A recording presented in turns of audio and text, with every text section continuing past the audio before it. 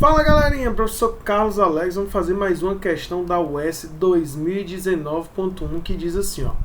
Quantos são os valores inteiros que o número real k pode assumir de modo que as raízes da equação x² menos 3x mais k igual a zero sejam reais não nulas e de sinais contrários?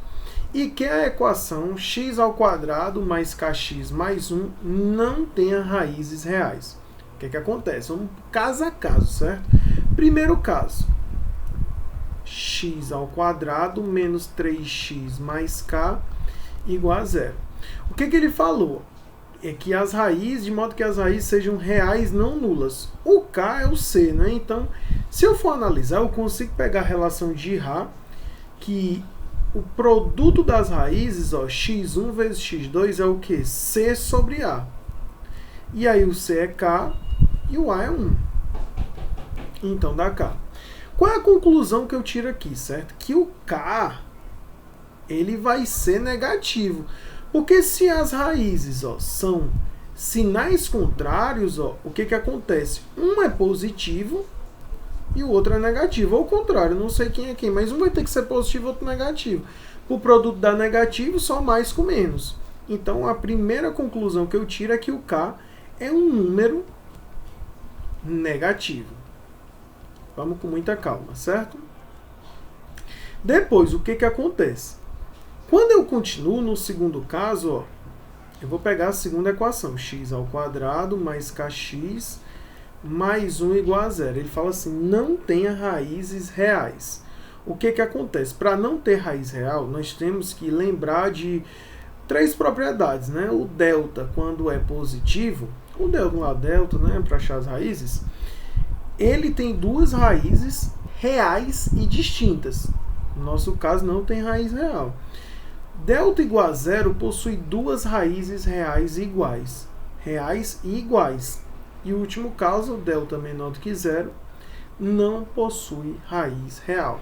Então, é esse caso que nós vamos aplicar aqui. O delta vai ser menor do que zero. E quem é o delta? b² menos 4ac menor do que zero. Então, vai ficar k² menos 4ac menor do que zero. Puxando para cá, nós temos ó, k² menos 4 é menor do que zero. k² é menor do que 4. Aqui eu vou tentar explicar de uma forma mais vagarosa, porque tem algumas pessoas que se confundem aqui, né? As raízes é bem fácil, né? Se eu fosse achar as raízes aqui, né? O valor que é igual a 4, se fosse igual, né? Se fosse igual, você colocaria mais ou menos, a raiz de 4 é mais ou menos 2, né? E aí, se você pensar isso aqui como uma equação de segundo grau, né? Nós vamos ter a concavidade para cima, fazendo já aí na equação, ó, concavidade para cima.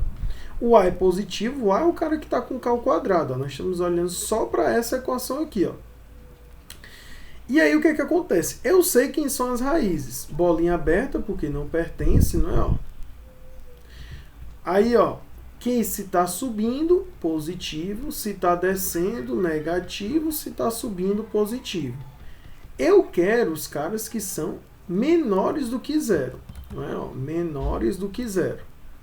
Então, eu quero esse intervalo aqui. Ó. E quem é o intervalo entre menos 2 e 2? Então, no segundo caso, o K pode ser menos 1, o K pode ser 0 e o K pode ser 1. Certo? Porque ele está pedindo quais são os valores inteiros. Existem infinitos valores entre menos 2 e 2. Só que eu quero os valores inteiros. Só que lembra que nós falamos aqui ó, que o K é um número negativo? Se fosse só aqui, seriam 3 possibilidades. Ele quer saber quantos são os valores. Seriam 3 possibilidades. Só que nós, na primeira equação, nós limitamos, né, por conta dessa equação, que ele tem que ser negativo. Então, elimina essas duas possibilidades. Então, o K só pode assumir um valor, que é o valor de menos 1. Então, a alternativa de um valor é a alternativa B de bombonzinho. Muito bom esse problema. Muito bom de verdade o problema. Espero que vocês tenham gostado, pessoal. E até o nosso próximo vídeo.